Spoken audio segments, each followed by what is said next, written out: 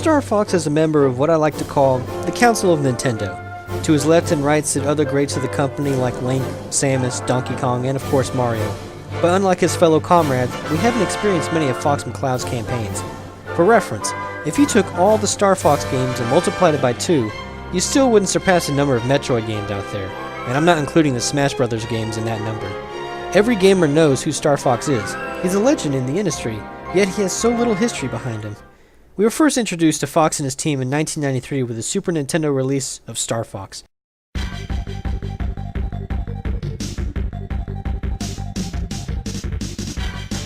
Nintendo teamed up with a company called Argonaut to help bring this 3D game into the 2D world by creating the Super FX chip. This was a huge leap in gaming hardware because Star Fox, through the use of the FX chip, was one of the first consumer products to use a 3D graphic accelerator. It was also one of the first games to truly open the eyes of console programmers to what the future might hold for gaming. Nintendo created a massive publicity campaign for the game through what they called the Super Star Fox Competition, which were held at gaming stores like KB Toys. The competition was held on specially modified Star Fox games, where the goal was to obtain the highest score with a limited amount of time.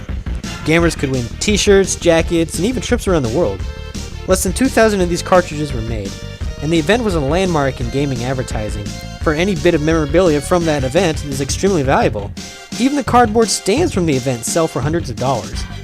2 years later, Nintendo and Argonaut created Star Fox 2 using an advanced version of the FX chip.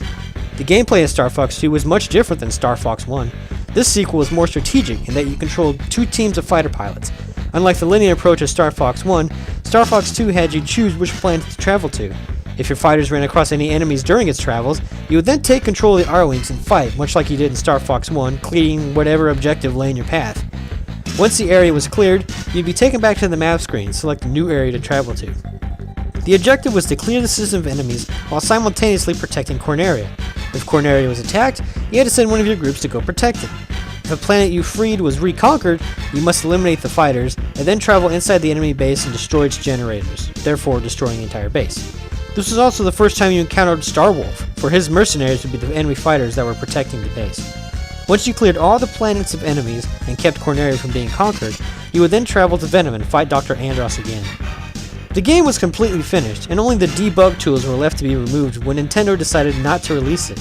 The Nintendo 64 was going to be released the next year, and if they decided that there was going to be a new Star Fox, they wanted it to be on the best hardware. Therefore, Star Fox 2 never saw the light of day. Little did we know that the next iteration of Star Fox would not only be the greatest Star Fox ever made, but one of the best N64 games in the console's lifetime.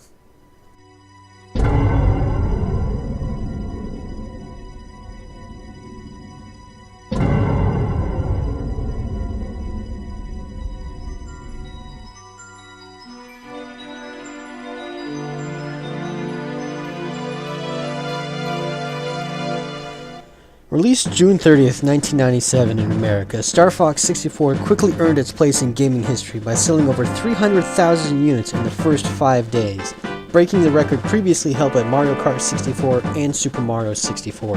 It is also, to this day, the highest reviewed Star Fox game in the series. Aside from the beautiful visuals and the great cinematic presentation, Star Fox once again revolutionized the industry by including the Rumble Pack in every purchase. I personally can remember the first time I felt the incredible sensation of every explosion, every gunshot in my hands.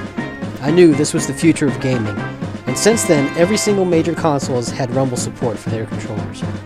Along with other games on the system such as Mario Kart 64 and GoldenEye 64, Star Fox 64 helped solidify multiplayer as a major component in gaming with its massive open-world battlegrounds. You could fight in the R-Wing, Landmaster, or if you obtained all the medals in the campaign, you could play as a foot soldier with a shoulder-mounted cannon. The impact of Star Fox 64 was so large that when the GameCube was released, gamers couldn't wait for the newest installment. We've seen the graphical capabilities of the system, and we just wondered in awe of what those amazing space battles would look like. Nintendo finally let the cat out of the bag by telling us that Rare was making the newest Star Fox. Are you kidding? The company behind GoldenEye and Perfect Dark are going to be making a Star Fox game? This has been 5 years in the making, and developed by one of the greatest companies that we knew. This is going to blow our minds. Then we finally saw Fox McCloud's newest campaign entitled Star Fox Adventures.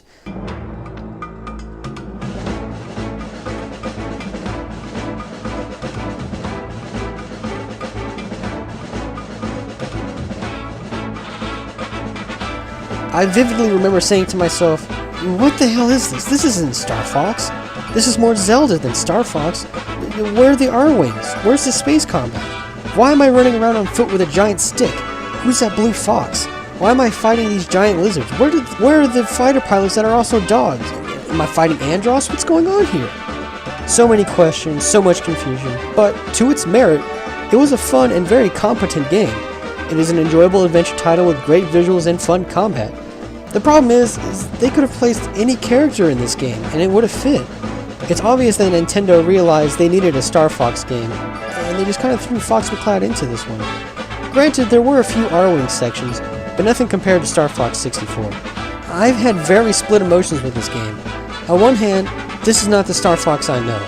It felt like a cash grab by simply using a well-known character in an uninspiring adventure game. On the other hand, this was a lot of fun to play.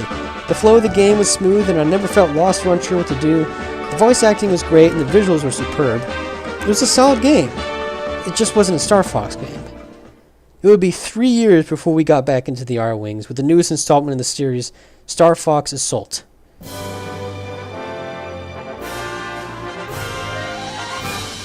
Developed by Namco, this game took Star Fox back to his roots in a third-person rail shooter with explosions everywhere.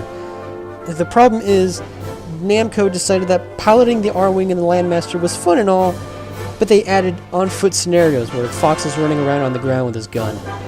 This is the same problem Rogue Squadron 3 Rebel Strike had, which came out about 1.5 years earlier. Amazing air combat sections, terrible on-foot missions. This is where the game just slides downhill. I mean, I understand the need for a company to distinguish itself from the previous iterations of the game. Unfortunately, Namco just did a bad job at it. The on-foot battles just had bad controls, and were overall not fun. Every time I did one, I just kept thinking about getting back in my R-Wing as soon as possible. But because this was the true successor to Star Fox 64, Namco did nail the narrative. We got new characters such as Panther, as well as old enemies like Starwolf. We learned that Pigma, the pilot responsible for killing Fox's father, James McCloud, was kicked out of Starwolf and now he's a loner. While not riveting storytelling, it's nice to see what has happened to these characters for the past 8 years. Another problem with this game was that the very next year, the Nintendo Wii was going to be released. This is probably the exact same fear Nintendo had regarding Star Fox 2.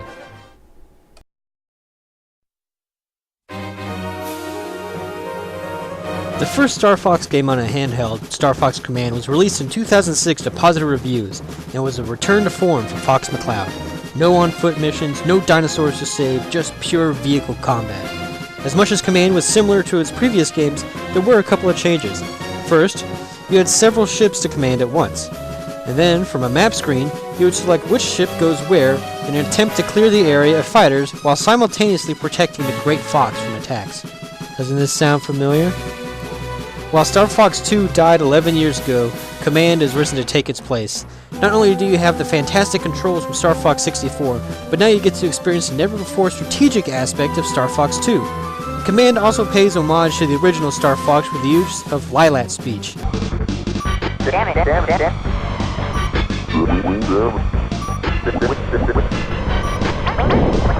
And because of the microphone on the DS, you could say something in the game and the words would be translated into Lylat. It's a very neat addition that makes the old-timer in me smile. The multiplayer was tweaked a little bit, allowing up to 6 people to play via the DS download play. Command was a definite thumbs up from the community, because this is what we love about Star Fox. Great actions or dumb mechanics, just pure combat.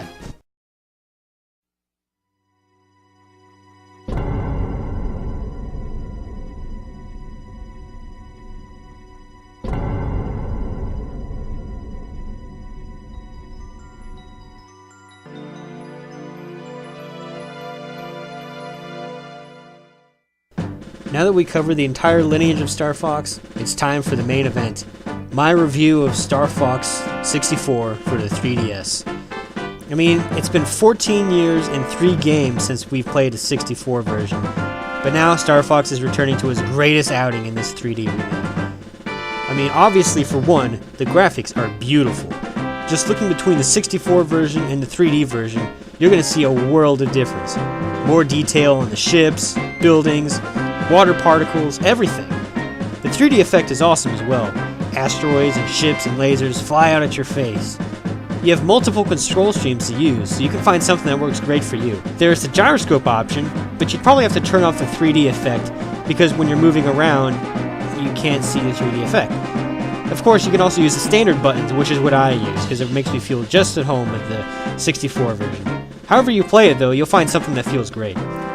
This is a shot-for-shot, enemy-for-enemy remake of the 64 version, which is exactly what they needed to do here. They didn't add extra characters or game modes. Just give me Arwings, Landmasters, and the Blue Marine, and I'll be the happiest person in the room. The fantastic multiplayer is back as well. One added bonus of using the 3DS is having a camera record your facial expressions. So when you take someone down, you can point and laugh at them. Of course, they can do the same to you, so you gotta be careful. This is the gem we grew up with, only now it's beautiful. If you were a fan before, there's no reason not to get this now. This game is Star Fox 64 with a graphic update.